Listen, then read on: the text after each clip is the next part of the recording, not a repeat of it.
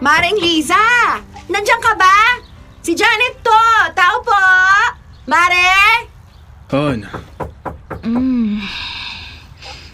Han, may kumakatok yata. Mare! Baka naman bata lang na nagbibiro. Hayaan mo na. Matulog na lang tayo. Wala pang 1 oras ang tulog ko. Maring Liza! Tao po! Han, si Janet yata yun. Buksan mo na.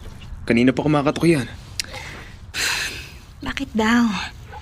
Ayun pa na ako matutulog, oh. Hindi ko alam. Itanong mo na lang. Sige na, Han. Sige na nga. Sandali. Mare! Hello! Nandiyan ka ba? Si Janet to! Tao po! Oo, andyan na. Pababa na. Sandali lang. Bango talaga ng luto ko. Nasa lagayan pa lang pero ang sarap na ng amoy. Oh, Janet, bakit? Ang aga mo yata. Hi, Mare. Good morning. Tagal mo naman akong pagbuksan. Nangangalay na ako kakakatok. Good morning din. Sorry, ngayon pa lang kasi ako matutulog. Ay, naistorbo ko ata yung pagtulog niyo. Pasensya ka na. Okay lang. Ano bang sadya mo, Mare? Ay, oo nga pala. Nagluto kasi ako. Ito pansit na may kasamang bibingka. Almusal niyo na rin. Salamat. Ano bang meron? Bakit may pansit? Uy, nakalimutan mo na. Birthday ko, di ba? Alam mo naman, simpleng handaan at inuman lang. Kulang pa nga yan dahil hindi ko pa naluto yung iba. Happy birthday. Pasensya ka na, nakalimutan ko. Panggabi na kasi ang trabaho ko kaya wala na akong oras para makipagkwentuhan pa sa labas. Ano ka ba? Wala lang yun. Oh, tikmo mo na yan ha. Tapos sabihin mo sa akin kung ano ang lasa at kung ano ang kulang. Pero sigurado naman akong masarap yan. Ako ba naman kasi ang nagluto? Oo. Ay, ba't parang duda ka naman? Hindi. Masarap naman talaga ang luto mo. Talaga? Nakakatuwa ka naman. O siya, maiwan na kita. Marami pang darating na bisita eh. Aasikasuhin ko muna sila. O, lagyan mo na lang ng kalamansiyang pansit para mas sumarap. Oo, sige. Happy birthday ulit. Salamat dito sa papansit mo. Walang anuman.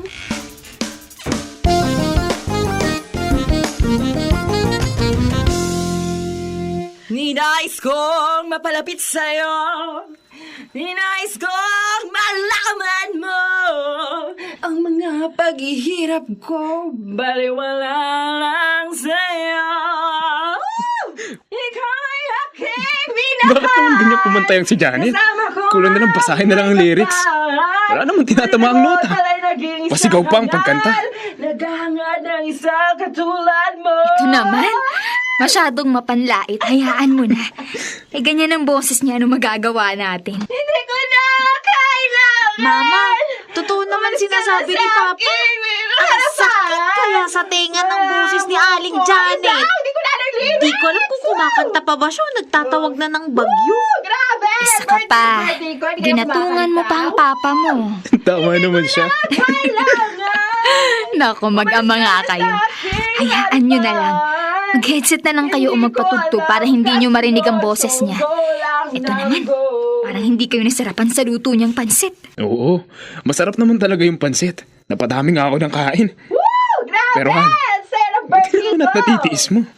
Ang? Yung boses niya. Ito talaga? Napaka. Naku, kaya ka siguro hindi naririndi dahil sinuhulan ka ng pagkain. Hindi naman. Oo, aaminin ko. Hindi kagandahan ang boses niya. Pero ngayon lang naman. Sanayan na lang talaga.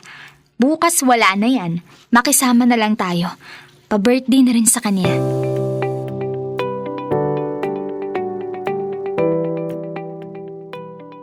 Dear love, ang hapon ay inabot ng gabi at ang gabi ay inabot ng madaling araw.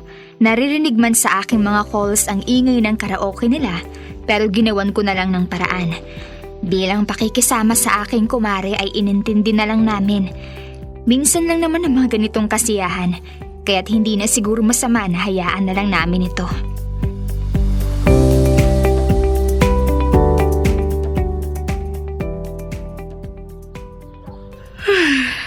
Charlene, Bitbitin mo nga tong dala ko. Ma? Ayos ka lang ba? Bakit parang nahihilo ka? Wala pa kasi akong tulog magmula kahapon. 6 a.m. na ang tapos ng shift ko. Tapos, dumagdag pa yung maagang karaoke nila Janet, kaya hindi na ako nakatulog pa. Oo nga po, May. Ako nga nagpatugtog na lang kagabi para hindi marinig yung karaoke nila. Ang sakit na sa tenga. Hayaan mo na. Tapos na naman ang handaan. Matutulog na muna ako pagka-uwi dahil may shift pa ako mamayang 8 p.m. Ikaw na magluto nito, ha? Sige po, Ma. Ako na pong bahala. Mare! Oh, Janet. Tinanghali ka na yata mamalengke. Kakatapos lang kasi ng shift ko kanina. Inasikaso ko muna si Gerald dahil papasok na. Ay, ganun ba? Oo, Janet. Bakit pala ang daming tao dito lalo na sa bahay niyo? Anong meron? Hindi ko pala nabanggit sa inyo. Birthday kasi ng anak ko, na anak mo. Magkasunod na araw lang kami. Alam mo na, para maipagpatuloy din ang nabiting celebration ng birthday ko. Hindi pa tapos? Ano ka ba naman, Mare? Siyempre hindi pa. Ikaw ba naman? Hindi ka ba nabibitin sa maikling oras ng kantahan kahapon? Maigli? Kasi At Mare... ito pa pala, Mare. Spaghetti at crispy pata. Para sa inyo talaga yan. Mahal ang bili ko dyan. Tinabihan ko talaga kayo dahil special kayo. Para lahat tayo nag-i-enjoy, di ba? Oo. Nakakahiya naman. Huwag ka nang mahiya. Tanggapin mo na. Marami pa naman ako niyan sa bahay. Salamat. Charlene, ito na munang ulamin niyo. Okay po. O siya, maiwan na kita, Mare. At baka maagawan pa ako ng kanta. Hoy, paring Albert! Kanta ko yan, ha? Ako na yan! Okay, sige. Ma, paano yan? Nagsimula na naman ng karaoke nila. Hindi ka na makakatulog niyan. Pipilitin ko na lang. Kailangan kong makatulog dahil may calls pa ako mamaya. Tara na nga.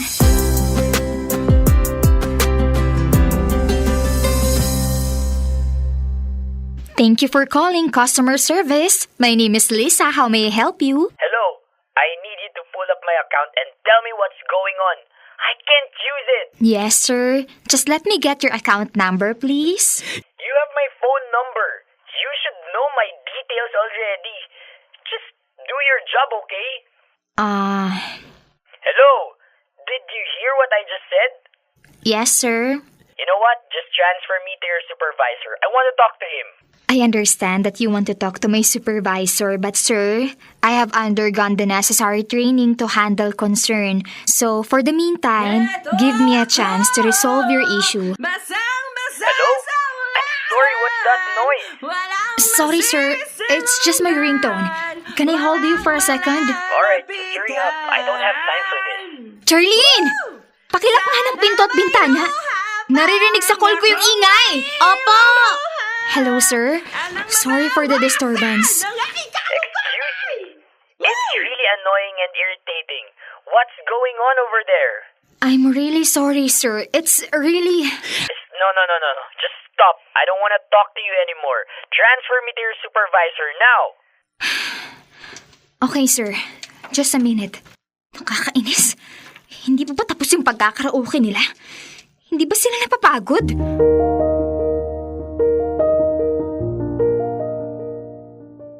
Dear love, nung una, nadadaan pa kami sa mga bigay na pagkain ni Janet dahil nabubusog rin naman kami at nakakatipid sa pagkain kaya hinahayaan lang namin. Pero ibang usapan na ang halos araw-araw na pagkanta nila na parang walang katapusan. Nakakapirwisyo na ito sa aming pagtulog at nakakaapekto sa aming hanap buhay. Han, nagluto ako ng itlog. Kumain ka na muna bago ka matulog. Oh, ba't nakapasangat ka dyan? Ano nangyari? Paano? Napakalakas ng karaoke nila Janet. Pati yung trabaho ko nadadamay na. Mainit na nga ang ulo ng customer. Dumagdag pa yung boses ni Janet. Na-escalate tuloy. Kahit naman ako napupuwet na sa gawain nila. Pero ayoko ng away. Kaibigan mo naman si Janet, di ba? Tinin mo na lang. Han, Pangatlong araw na. Wala ba tayong gagawin? Oo, nagbibigay sila ng handa sa atin, pero hindi naman tama yung ginagawa nila. Yung utak ko, tulirong-tuliro na. Araw-araw na lang eh. Eh kung gusto mo, kausapin na lang natin. Baka naman hindi lang nila alam na nakakaistorbo na sila ng iba. Wala namang hindi nadadaan sa maayos na usapan, hindi ba? Kakainis. Hindi ko na talaga kaya. Masisiraan na ako. Gusto ko nang matulog! Han, anong gagawin mo? Saan ka pupunta? Sandali! Han! Janet! Lumabas ka nga muna rito. Janet! Han, huwag kang mag-iskandalo. Han, kumalma ka muna. Janet! Oh, Marinisa! Ano nangyari sa'yo? Mukha kang zombie. O, halika, pasok kayo. May natira pa akong crispy pata. Hindi yan ang ipinunta ko rito. Ha? Eh ano? Bakit naman ang init ng ulo mo? Mag-usap nga tayo. O sige, tungkol ba yan saan? Bilisan na lang natin kasi may mga kanta pa ako. Bibirit pa ako! Tungkol sa karaoke mo at tungkol sa'yo. Ano? Eh, bakit? Ano tungkol sa akin? May problema ba? Marami. Janet, binging-bingi na ang tenga ko. Wala pa akong maayos na tulog magmula nung nag-birthday ka, kaya please lang, magpatulog ka naman. Dahil nangingitim na ang eye bags ko sa puyat. Kulang na lang lumuwa na yung mata ko sa antok. Pagpahingahin mo naman ang tenga namin sa napakapangit mong boses. Maawa ka naman. Mare! Oo, hindi maganda ang boses mo, okay? Kaya dapat sinisilid yan at tinatago sa sako. Han, tara na. Bumalik na tayo sa loob. Baka ano kung masabi mo?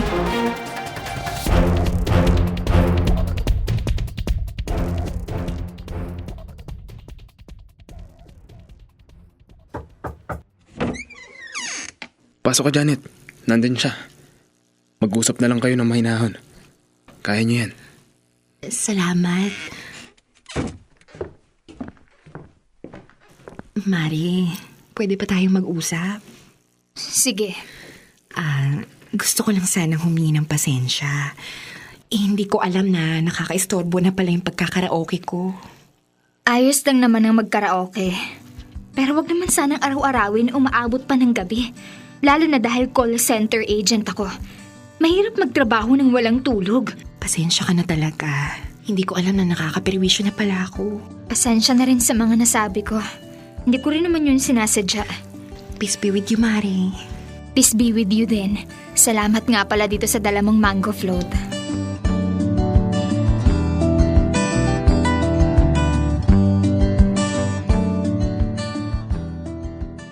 Dear love, hindi naman masama ang magsaya. Hindi rin masama na magkaraoke sa tuwing may mga okasyon at sama-sama. Pero sana naman, hindi nakakaabala sa iba at nakakaubos ng pasensya. Okay lang sana kung maganda ang boses pero hindi. Dahil parang sirang makina. Marunong naman kaming makisama. Depende lang talaga kung marunong rumispeto sa mga nagpapahinga. Kahit ganoon, ay nagpapasalamat na lang din ako na hindi nagalit si Janet sa mga pinagsasabi ko. May mali rin ako. Pero iba talaga magalit ang taong walang tulog, naririndi at pagod.